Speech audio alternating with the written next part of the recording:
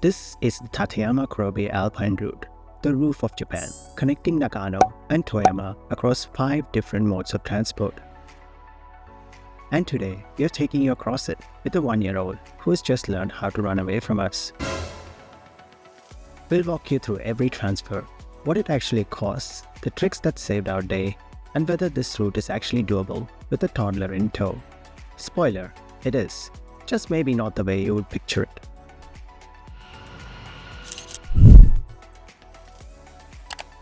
Our journey starts today at Nagano Station. Good morning. We are in Nagano today and we're going to be taking on the Tateyama Kurobe Alpine Route. Now if you want to go from Nagano to Toyama, there's a much easier way. Hop on the Hokuriku Shinkansen and you're there in a couple of hours. But that's not what we are here for today. Instead, we are doing this. 9 transfers, Buses, ropeways and cable cars. Climbing from 893 meters in the Nagano side up to 2,450 meters in Murodo, then back down the other side to Toyama. But why? Because somewhere in the middle of all that is Japan's snow corridor, where you can travel through 20 meters of snow in the middle of spring. So join us on this fun day trip. We stayed at the Metropolitan Hotel right next to Nagano Station. Great views, but more importantly, exactly where our first transfer departs from. Transfer 1 is a highway bus to Shinano-Omachi Station. Hi, ikura desu ka? The cost of this is 2,900 yen per adult, and you need to buy this on the bus with cash. There is luggage space at the bottom, and to my surprise, the bus was nearly empty. Bus number 1. The route is pretty spectacular and winds its way through small mountain towns where farmland gives way to sweeping views of the Alps. The same bus continues all the way to Ogizawa, the actual start of the Alpine route. We didn't stay on it, and here's why. At Shinano-Omachi Station, there is a baggage forwarding service. So convenient. Right opposite the station. You can drop off your luggage here, and it will be waiting for you in Toyama at the end of the day. The cost is a bit expensive at 4,000 yen per piece, and it needs to be done before 10:30 AM. But trust me, you do not want to be hauling big bags up the cable cars. So now we're just down to 1 pram and a backpack, which makes life a lot easier. And in hindsight, we probably could have dropped off the stroller off here as well. The station itself is pretty small, but there are some shops and vending machines just outside if you need to grab something before the next leg. So as you guessed it, Transfer 2 is another highway bus, this one taking us to Ogizawa Station. The tickets are sold right next to the bus stop, and here card payments are accepted. Yep. The cost is 2,000 yen per person. Alright. Bus number 2. So empty. Similar bus, but different scenery. The road narrows, the peaks get closer, and you arrive at Ogizawa Station. Elevation 1,425 meters. As mentioned earlier, Ogizawa is the official starting gate for the Alpine route. You can buy your Alpine route tickets here at this counter. If you pre-booked your tickets online, this is also where you confirm your time slot and print off your tickets. The Alpine route section from here to Toyama costs just over 12,000 yen per adult. So now we've got our tickets. It's time to get started on this Alpine route. We strongly recommend booking this online in advance. During the peak season, on-site queues can run very long, popular time slots sell out, and you risk missing out entirely.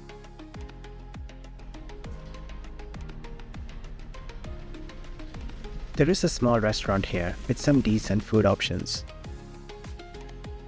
We were tight on time, so edamame it was for brunch. Transfer 3 is the Kanden electric tunnel bus.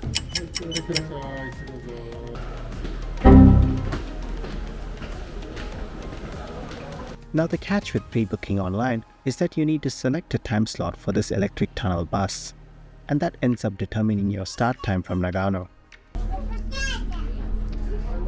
Soon after leaving Ogizawa, the bus enters a 5.4-kilometer tunnel, 16 minutes through solid rock, crossing the invisible line between Nagano and Toyama prefectures. The tunnel wasn't initially built for tourists. It was carved out in the 1950s to move workers and materials to the Kurobe Dam construction site. The route used to run as a trolley bus on overhead wires until 2018, at which point it was switched to battery-operated electric buses. At the end of the tunnel, we arrived at Kurobe Dam Station.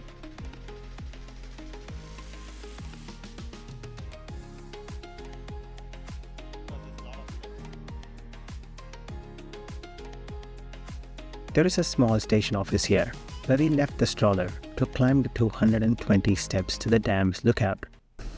Here we go, our 220 steps. 2, 3, 4. Last set. Tough for the kid, but totally worth it. The platform overlooks the huge dam and the lake behind it. The Tateyama mountain range is also visible in the distance, our route ahead. If you time your visit to late June or later, you will catch the dam's spectacular water discharge. At the top, the amenities are minimal, but there is a small photo station where a free souvenir is included. Time to head back down these 220 stairs. See you at the bottom. Alright, we made it. Heading back down the stairs, we pick up our stroller and continue our journey. That included another 60 stairs down to the dam level. And then we walk across the Kurobe Dam itself. You are up there just before. Walking across the dam right now. Much easier and flatter. At 186 meters high and 492 meters across, it's Japan's largest dam. The dam took 7 years to build, and 171 workers lost their lives. There is a memorial here. Walking across the dam and through this tunnel took us to transfer 4 for the day.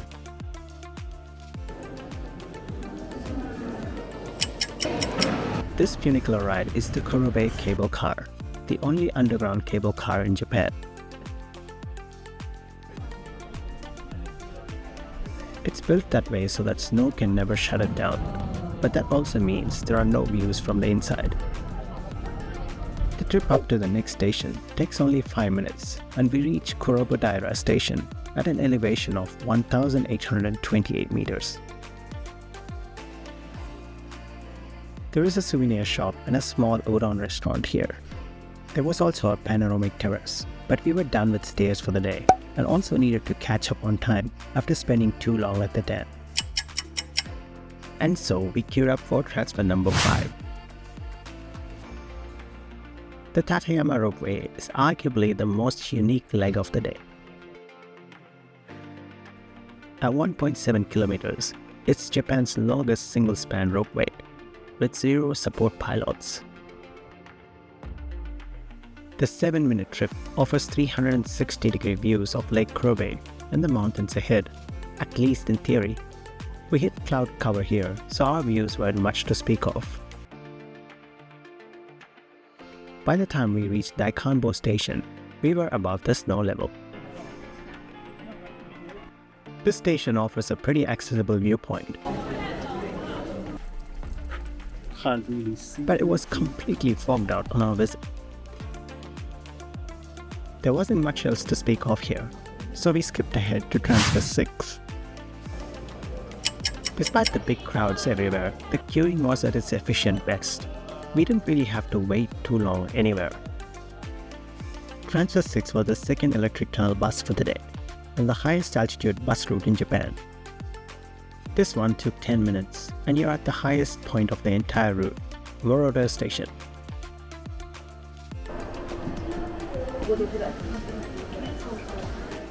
Murodo is the biggest of the stations on the Alpine Route.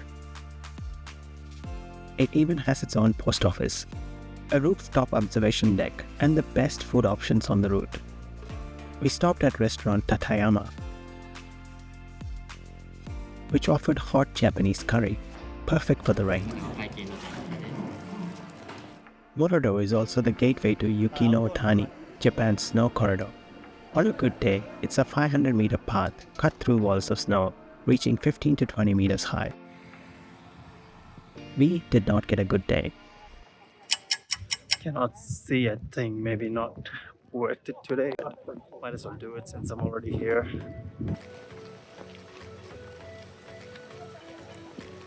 A sign marks the highest point on the wall during our visit, 10 meters.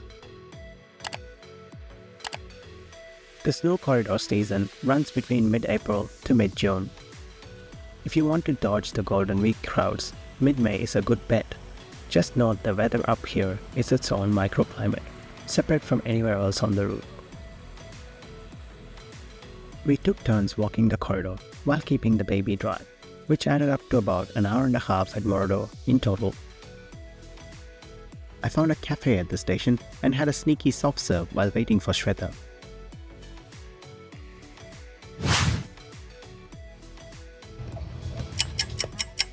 Transfer 7 begins our descent back down the mountain and is the last highway bus of the day. It starts out by retracing the same snow corridor road. It is a 50-minute journey down to Ogizawa Station that includes roughly 1.5 kilometers of elevation drop, descending from alpine tundra back into the forest.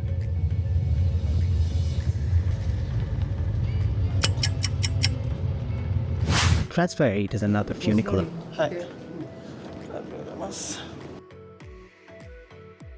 This one is the Tateyama cable car, running since 1954. It takes 7 minutes to drop 500 meters over just 1.3 kilometers.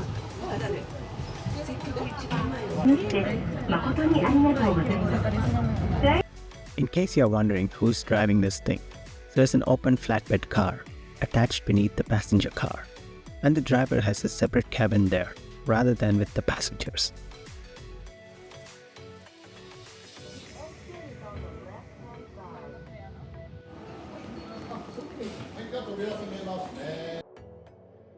That left us at Tateyama Station, and it was time for our last transfer of the day.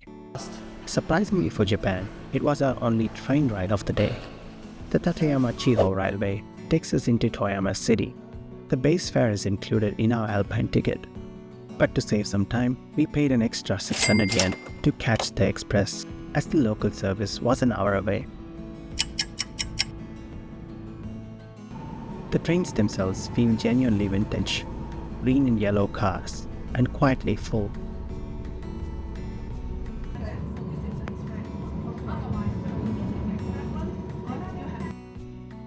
The trip to Toyama takes an hour, and the scenery on this stretch is some of the best on the whole day. Small villages and forested hills half swallowed in low cloud.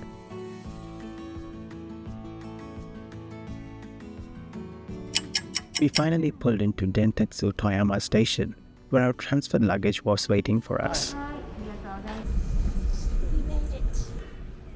3 highway buses, 2 trolley buses, 2 cable cars, 1 ropeway, and 1 train. Is that it? 9 transfers, 1 day, and a toddler who had no idea what he just did.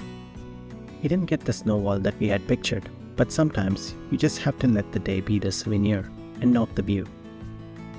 If you're planning to do this trip yourself, book online in advance, especially in the peak season. Budget around 12,000 yen per adult for the Alpine section, plus separate fares for the buses. Use the baggage forwarding service to your advantage, and most importantly, take your time at Murodo and Kurobe Dam to make the most of this experience. Thank you so much for watching, and if you want to see more of this type of content, let us know in the comments. See you in the next one.